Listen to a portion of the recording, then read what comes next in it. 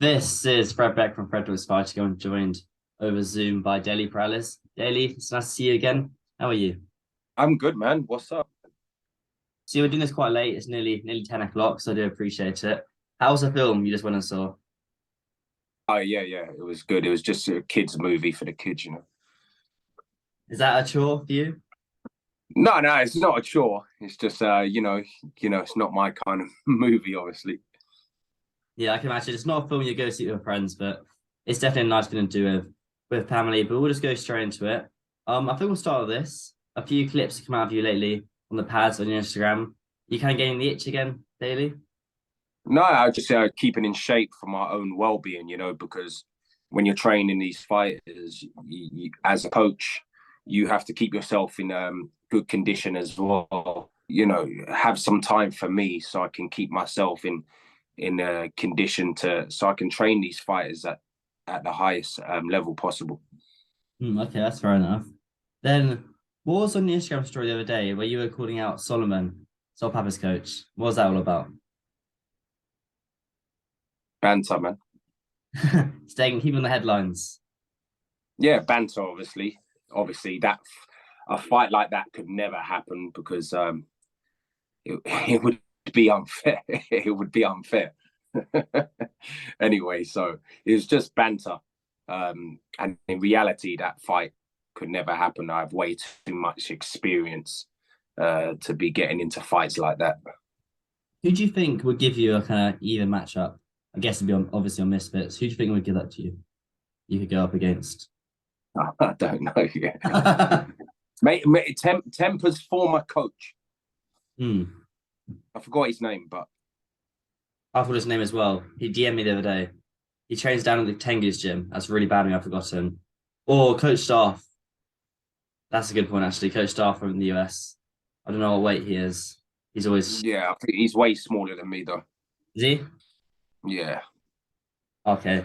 But I do enjoy going on Instagram stories daily because some every day it's something different. Some days be you shouting into the camera, raging about one thing. The next day it'll be with your daughter. Next day it's you and Deji. There's something nice. I think every's different every single day. But we'll start with one of your fighters, King Kenny.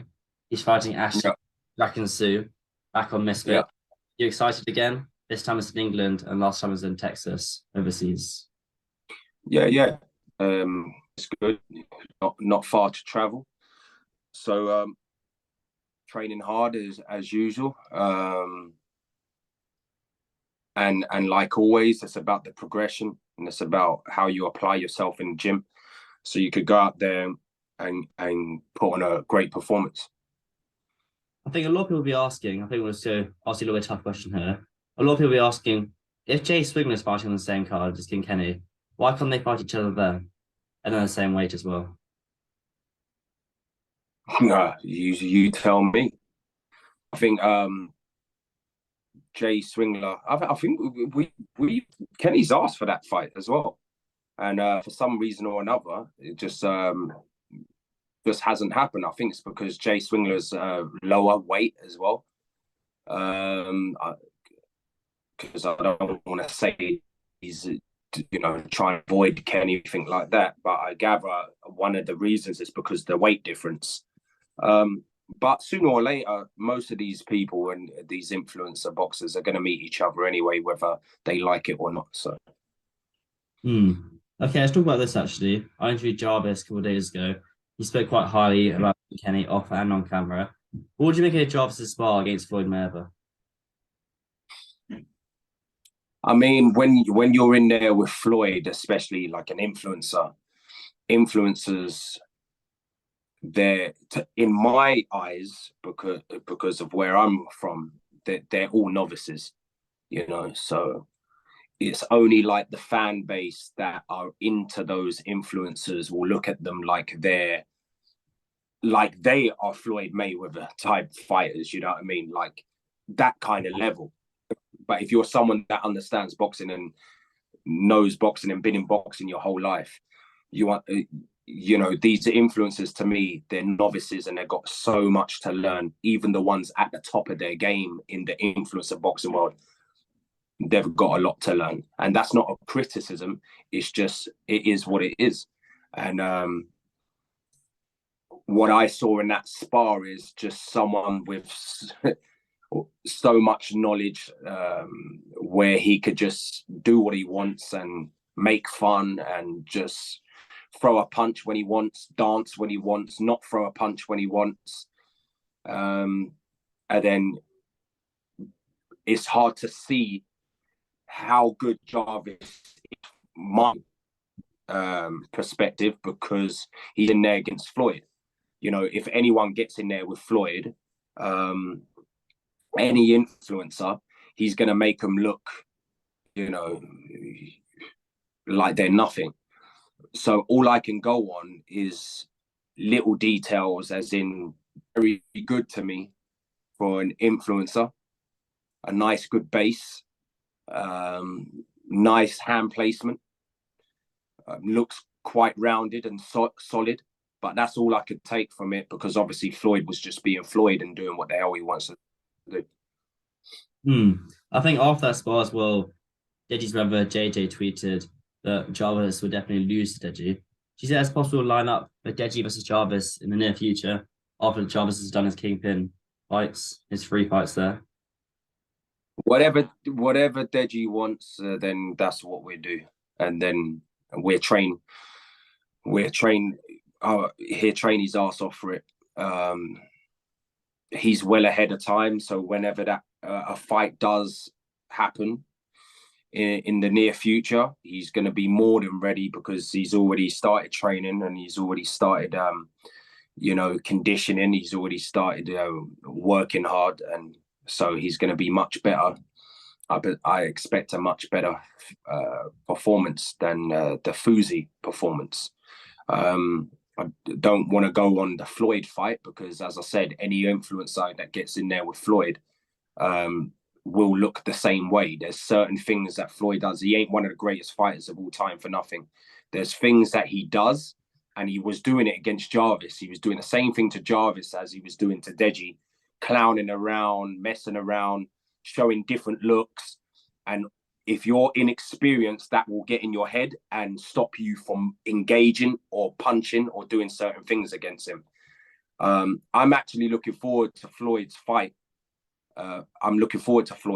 Because he's in there, even though this guy ain't going to do anything to Floyd, he's in there against someone I think he's got a 5-1 MMA record, and he's 1-0 as a professional boxer. And I reckon Floyd is going to fight him in a more serious way than he did against Deji or anyone else he's boxed since he's retired, and really, really go to town on this Aaron guy, especially as it's his first fight in the UK.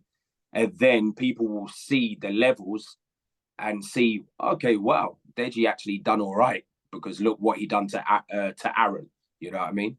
That's the type of fight I think Floyd, you're going to see on February the 25th. I reckon Floyd is going to bring some of the old Floyd out and showcase that he means business instead of clowning around and all that. Against the influencers, he knows he can clown around, because the influencers are novices and they're going to fall for everything that he does. And Floyd's going to get his own way whenever he wants to. So I reckon he's going to be a good fight on February 25th. You're commentating that card. I believe you made your commentary debut back in Dubai. It was on Deji's fight week, and I commented in this card. What's it like commentating? Did you do a lot of revision before the fight, kind of like doing your homework on both the fighters, and obviously telling it over the microphone? Do you enjoy it? Is that something you'd like to do maybe when the coaching's all said and done? Yeah. It's something I want to do in the professional scene, because I'm in the professional boxing scene. So I more so want to do it for professional fights than the influencer stuff. But yeah, I like analyzing fights. I like breaking fights down. I like talking the small details and sharing my knowledge. So yeah, it's something I've always loved, and something I've always wanted to do alongside coaching. Certainly, it's nice now. You've got so many different options, so many different kind of career paths you can go down, or you can do lots of them at the same time. But one of your fighters, Martin Foru, I think it was Vidal and Leon's podcast, are on Wheels. And they're talking. I think Leon is talking about Martin Foru and Idris Virgo. Is that a possible fight you can see down the line between Martin and Idris? You reckon? It's not a possible fight because Idris Virgo wouldn't dare step in the ring with Martin. To tell you the truth, Idris is a decent little fighter. Knows how to box, obviously, because he had 12 pro fights. But he was in against Anthony Taylor, and Anthony Taylor don't know how to box. So, and I like Anthony Taylor. I respect his hustle. I respect that he's willing to fight anyone. I respect, him trying to push fights so he can make a living for himself. But obviously he's got a long way to go, Anthony Taylor, when it comes to learning how to box, because it's different from MMA. It's a different energy system. There's so many things you have to learn in boxing. He has to work on his conditioning as well, because against Idris Virgo, he gassed out after 2 rounds. So he has to work on that. But Idris Virgo, as I said, he was fighting Anthony Taylor. And, you're going to look good against Anthony Taylor if you're a pro boxer that knows the basics and the fundamentals and knows how to jab and knows how to move.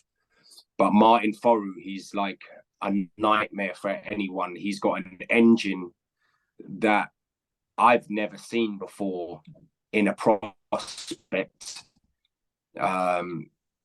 So when you've got someone that's got an engine, a stamina level that he has, that will just force you to fight at a pace that you don't want to fight at. And then the variety of shots that he throws and the power behind his shots as well. And then, I don't think Idris Virgo would ever want to step in against Martin Foru, no way.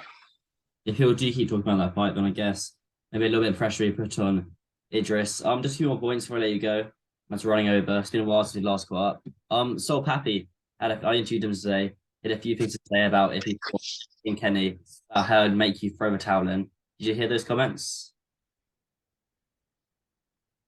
Yeah, but I don't really listen to those kind of comments because I know boxing, and I think people say things to hype things up and to build fights, and that's exactly what he's doing. I've actually spoke to SALT PAPI myself. So, we've exchanged messages, and we both agreed that fight's going to be a big fight a little further down the line. So that's hence why all the comments, hence why all the hype in and all this kind of stuff, because Kenny and SALT PAPI want to get it to a place where it's either their own main event or it's a co-main event on a massive card alongside KSI, Jake Paul, along those lines. There's no point just going in there and just fighting just because fans want to see them fight. At the end of the day, what people have to remember is you're putting your life on the line when you step in the ring. So if you're going to put your life on the line when you step in the ring, you need to get rewarded for it at the same time, because it's their profession. It's their career. They've decided to step in the ring, so they're going to want to get the most out of it as well. Floyd Mayweather, one of the greatest of all times, even him, he says, I love the belts, but he loves the color green as well, meaning money. So everything has to make sense business wise, you know what I mean? So no one's avoiding no one. SALT PAPI is a good little talented fighter. The only thing I don't like is that everyone's always on my brother's case, like, who is he boxed? And like when the Raksu fight got announced, they're like, why is he fighting Raksu? Why is he taking easy fights? And I'm trying to think. I'm trying to think to myself, why are all these people like on my brother's case like this when he's actually had the hardest opponents out of all of them? You know what I mean? So from the beginning, he had no boxing experience whatsoever. He'd been training for a matter of months and stepped in with phase temper. Then which is a hard fight for his first fight, a 6'4" southpaw. If Kenny fought FaZe Temper now, Kenny would actually destroy FaZe Temper. Then in his second fight, he goes in against a guy that nobody wants to fight because he's got like 10 years fighting experience or whatever. So everyone avoids him. But my brother steps in the ring with him. So I'm trying to think, where has he had an easy fight? If it, you know, DK Money, we chose that fight because me as a coach, I'm like, wait a minute, he's for him to progress, just like my professional fighters progress, and just like any professional boxer progresses, they don't go in there fighting the best people straight away. They get built straight away. They get built first. And I know it's influencer boxing, but I don't give a shit if it's influencer boxing. Sorry to say, I'm a coach. And I'm looking out for my fighters, and I want what's best for my fighters. And I treat Kenny the same as I do my pros. So why am I going to treat him any different just because it's influencer boxing and because people want to see certain fights? I need him to learn how to box, not bloody go in there, look like a clown and look like people like freaking, who's that guy that Josh Brockner fought in Texas, looking like that. You know what I mean? I want him to look like a real fighter. So that's what people have to understand. So it really pisses me off when people say stupid comments. And then you got people like SALT PAPI, who I actually love as a person and as a fighter. And I've acknowledged that, and I've shared messages with him acknowledging that.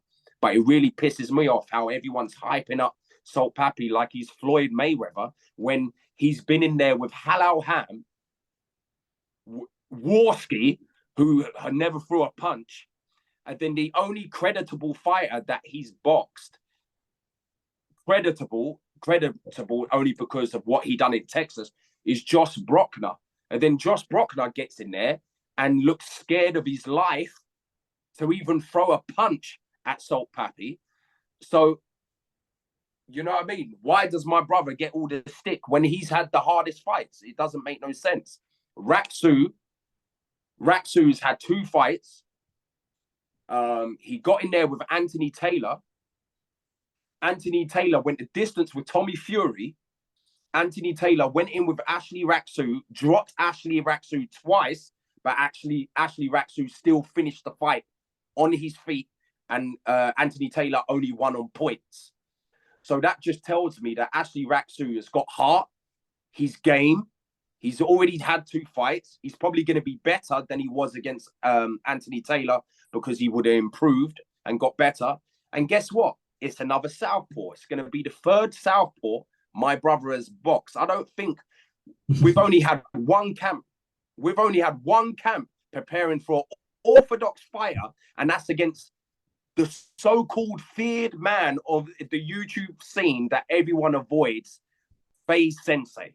You know what I mean? One camp against an orthodox. We fought 3 southpaws. That's not even professional fighters do that. They don't go in there with 3 southpaws in their first few fights because they're awkward. You know what I mean? But Kenny's done it. And I don't care what anyone's saying. He's getting the experience the right way. Yeah? He's getting the experience the right way. So it's another southpaw we're facing on March 4th. And guess what? That's only going to give him more lessons, more experience against southpaws. So when we do get in there with SALT PAPI, we can show everyone what time it is. You know what I mean? Because right now, everyone's looking at SALT PAPI like it's Floyd Mayweather for some reason. When, you know, I see, yes, he's talented, but I can see the opponents that he's fighting, they're not giving him no tests. Josh Brockner was scared. I don't know why he was so scared. Maybe it's because SALT PAPI likes clowning around and doing all that stuff. And that's what I'm trying to tell you. Floyd Mayweather, when he does all that clowning stuff against a novice, it gets in their head and stops them from doing what they're doing. SALT PAPI adapted that against Josh Brockner. What did Josh Brockner do? Started freezing up and not doing nothing, hesitating, didn't want to throw a punch. And when he did try to do something, bang, down he goes. and that punch as well, great knockdown, but it looked like once he felt that shot, he was like, I don't want to carry on with it. So I'm sorry for going on like this, but I will defend my brother, not only as a brother, but as a boxing coach. So people understand what boxing's all about. This ain't no WWE wrestling. You know what I mean? This is people hitting each other, and people die in this sport. And it really me off that people want to try and get on my brother's back when he's had harder opposition than SALT PAPI, harder opposition than Slim, harder opposition than most of those people out there. Why didn't people get on SALT PAPI's back when he was fighting Warski? Why didn't people get on KSI's back when he fought bloody Pineda, who bloody lost won 2 fights out of 7? Why didn't they get on KSI's back when he got in there against Swarms, when Swarms never ever had a fight before in his life? Nobody says anything about that. But for some reason, people get on my brother's back, and I do not know why. Maybe it's because he is the best prospect out of all the YouTube fighters, and that's why people get on his back, and they want him to fight the best, because my brother actually looks like a real fighter and fights like a real fighter. So maybe that's why. Maybe it's my fault. Maybe it's my fault that I'm surrounding him with real pro fighters, and he's looking how he's looking.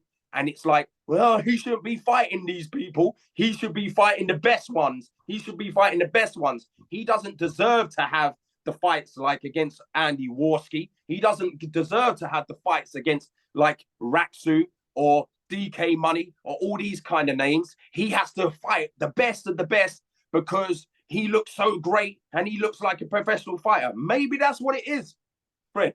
Maybe that's what it is. But I do not know why they are on my brother's case like that. And I can't wait for March 4th because people think it's an easy fight. But Raksu is pretty awkward. He changes stances a little bit. He went to the distance with Anthony Taylor, and Anthony Taylor's got a little dig on him. So it just shows he's got mental toughness and he's got heart. And that's why we're preparing for Raksu just as if we would prepare for Jake Paul, KSI, SALT PAPI, the so-called top 3. That's what we're doing so we can put on a performance that people can be proud of. And you know what? If Kenny goes in there, batters Raksu, people are still going to criticize him. You know what I mean? People are still going to do it. So it just pisses me off. Pisses me off. That's why everyone loves you, Daley, because that's how much you love a sport, and that's how you get into it. That's why everyone always listens to what you got to say. I think that's just social media for you. I mean, boxers get it to an extent, but social media boxers get it to 10 times more, just as honestly they're on social media already and they're fighting. I don't know. Maybe Kenny should start doing breakdancing and looking into people's eyes and licking his lips and rubbing his hands together.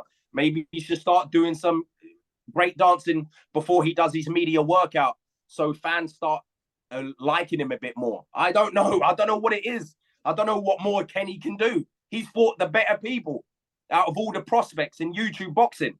You know what I mean? No one else. Tell me who else. Is there anyone else that wanted to fight Face Sensei? I'm trying to think. I think Kenny has got the. When you mentioned it like that, I do think Kenny might have the best resume. I'm trying to think of names now off the top of my head. You know, I'll tell you what. Angie Taylor might be up there. He's got a good resume, but Kenny probably has got the best resume. Yeah. Well, of wins, fought people he's lost, but Kenny's fought people won. Yeah, but forget the wins. Forget the wins, because we all know Kenny's some of his you know, against Face Sensei, a lot of people say it's controversial when he should have lost that fight, even though he won, right? And I broke down why he won that fight as well, you know. But even if Kenny lost that fight, I wouldn't change it for the world, because Kenny's getting vital experience. These other YouTubers are not getting that kind of experience. They're going in there. They're giving them easy fights. The only easy fight Kenny's had was the DK money, and that's what I'm saying. Maybe it's my fault because he went in there against bloody Face Sensei, went in there with temper from the get-go, and now everyone's expecting him to fight Face Sensei type of level fighters all the time. You know what I mean? Maybe that's what it is. Maybe it's my fault. Maybe I shouldn't have said, yeah, let's fight Face Sensei. You know? But you know what it is? I knew Face Sensei and Kenny were going to match up where to the public, it will look like a real technical professional fight. You know? And that's why I went for Face Sensei, you know? So everyone needs to be patient. SALT PAPI's gonna come. And SALT PAPI don't want to fight right now. I'm telling you now, he don't want to fight right now. Why? Because it's a business. He knows there's going to be more money involved, yeah, if this fight, let's say, gets made at the end of 2023 instead of right now, for example. It's a business. That's what everyone has to understand. It's a business. You know what I mean? And I think anyone that is in not just our position or any person's position in influencer boxing, I think they would want to do what's best for them financially as well, not just entertain people. They want to financially be good because what everyone, they want to retire one day. Not they want to they want to retire not old and grey with no money. They want to retire old and grey and look back and say, look what I've achieved and look what I've got in my bank account. I don't have to look at my balance every 2 seconds.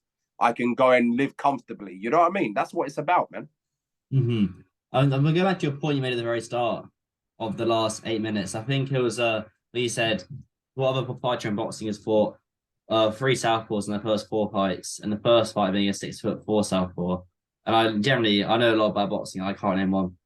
Exactly, because southpaws, what people have to understand is you don't get a lot of southpaws in your gym to spar. Orthodox, it's always orthodox fighters in the gym. So southpaws get more experience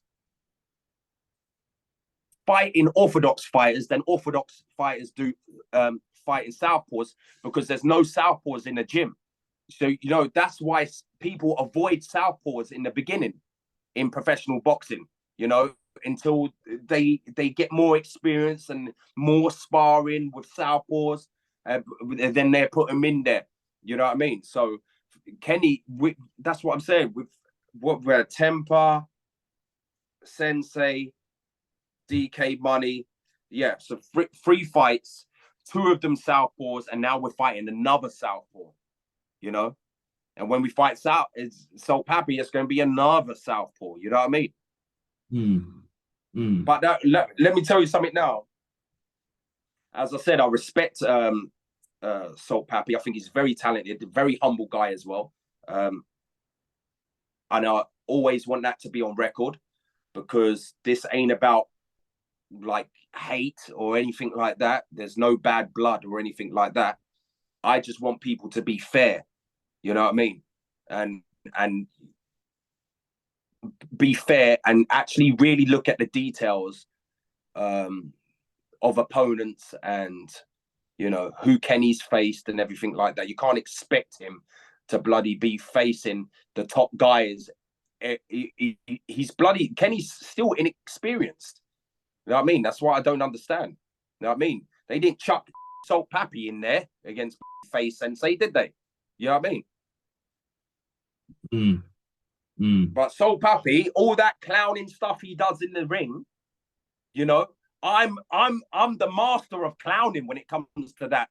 When I do it even now when I get in the ring with my fighters and I move around with them, I manipulate like that. So if he thinks all that clowning is going to work against Kenny, it's not going to work, because he's got me, he's got Martin, he's got George, who are 100 times higher level than SALT PAPI. I mean, I had Martin the other day, he had Kenny on the ropes and he would go bang, bang, bang, bang. And I'm just standing there and I'm going, no, I'm going to let him carry on doing that.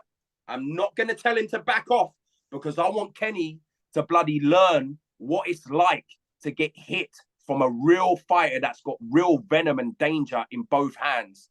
And he can learn to fight his way out of that, and learn to dig deep in the trenches, blood, sweat, and tears.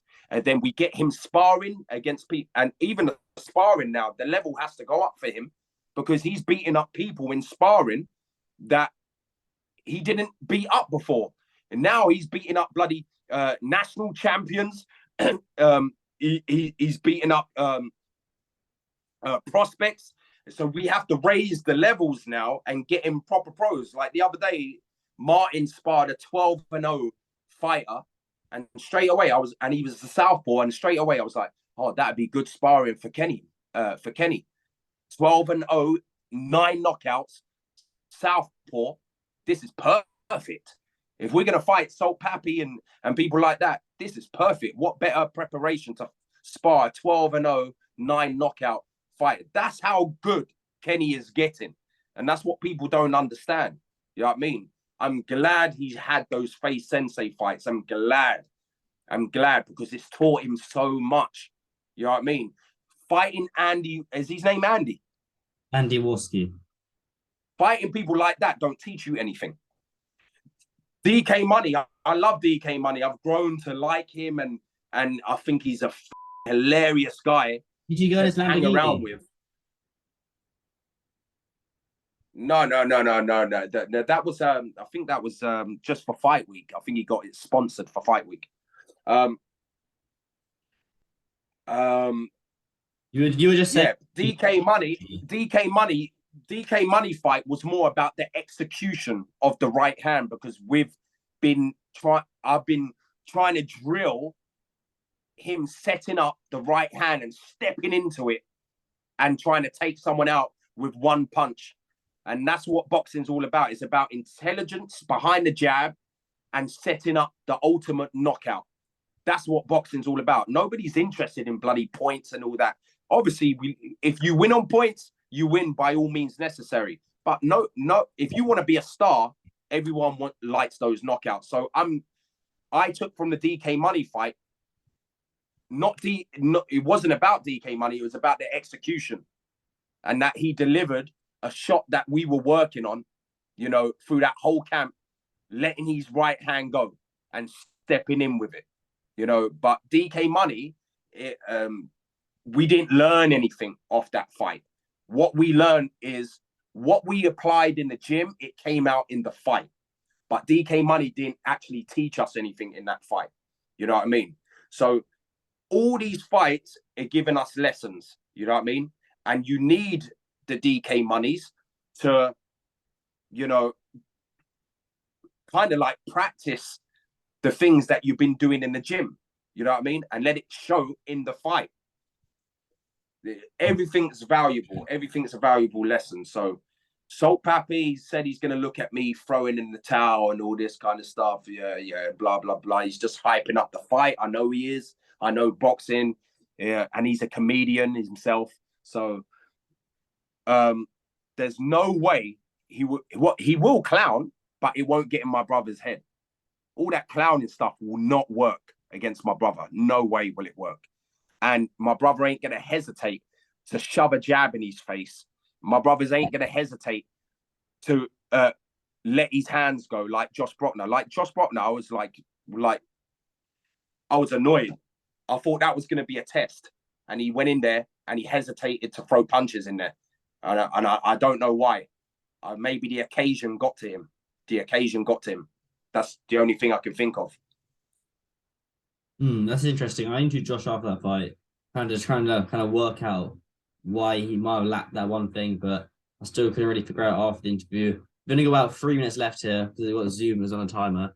I do have a question actually. I watched the KSI documentary, and it was before Deji's fight against Wasabi, and you're wrapping Deji's hands in the changing rooms, and JJ comes in. He's kind of giving Deji like, "Come on, you got this, you got this." And Deji was like to JJ, "Oh, I cried this week," or something like that. I can't remember what the exact line was, and he said, "Shut up." And then JJ is like, no, don't worry, man, don't worry, man. You kind of being the coach in that situation, do you think? Kind of give him the tough love. Yeah, no, it's just basically I didn't want no negativity Mm. before taking a ring walk. I wanted him to have positive vibes, positive feelings, not thinking about anything negative. That's all. From day one, since I got Deji, it's all been about changing that mindset. And it's a funny story because before Wasabi fight, on the day of the Wasabi fight, he said, Coach, what happens if I gas out? And he was really worried about that because obviously the training that he had before, you know, he wasn't in shape and all that. So he had that playing on his mind. And then he only had 3 weeks of real training with me. So it was playing on his mind. That's why he didn't let his hands go, because he was scared to gas out. But then the Fuzi fight, on the day of the Fuzi fight, he said, Coach, I'm scared I'm going to gas out. I looked at him and he went, ha, I'm just joking, Coach, like that. As soon as he started cracking up and laughing, I said, bang, we've won. Let's go and beat this guy, Fuzi, man. That's quite a nice story right there. We got 1 minute left on the timer, so I have to let you go. I'll put Instagram link. Are you there, March 4th, yeah? Yes, I'm gonna be there. Instagram link is in the description. Anything else you want to shout out? Your YouTube? You still going over that? No, just love everyone for their support, man. Seriously.